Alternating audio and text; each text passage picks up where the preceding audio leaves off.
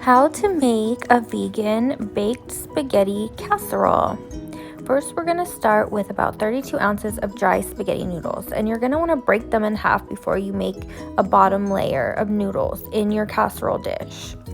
Drizzle it with olive oil before adding in 1 cup of water, and then you're going to add the spaghetti sauce, marinara sauce. It's about 48 ounces spaghetti sauce. Stir it up before adding in your diced potatoes and make a nice layer of potatoes.